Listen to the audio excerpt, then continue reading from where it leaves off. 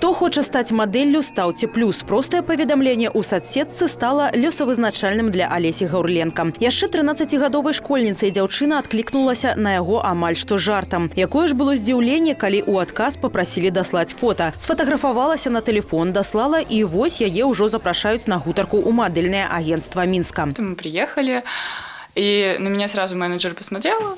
Такая, все, подписываем контракт на 3 года сразу. Первые года 2 я даже не понимала, что вот я где-то в такой индустрии, какой-то большой такой модельный, это ж, высокая мода, все.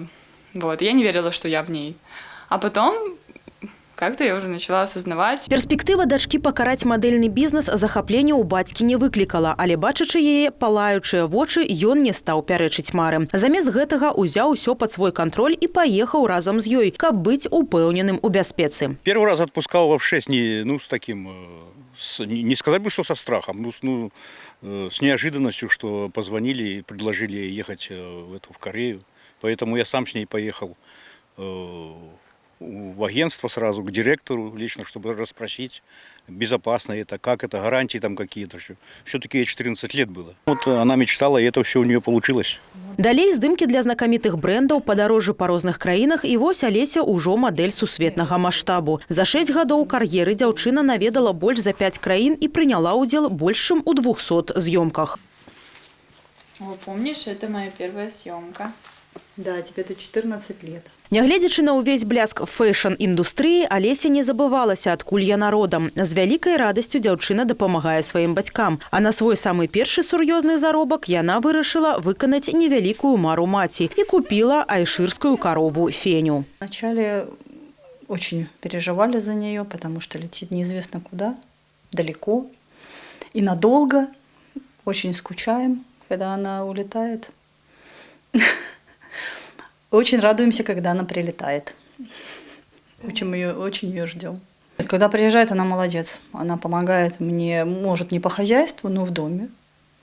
Она и помоет, все уберет, пулю нашу помоет, собаку. Дзяўчына мае і шмат захапленняў, малюе, займаецца боксам, іграе на гітары і сінтэзатары.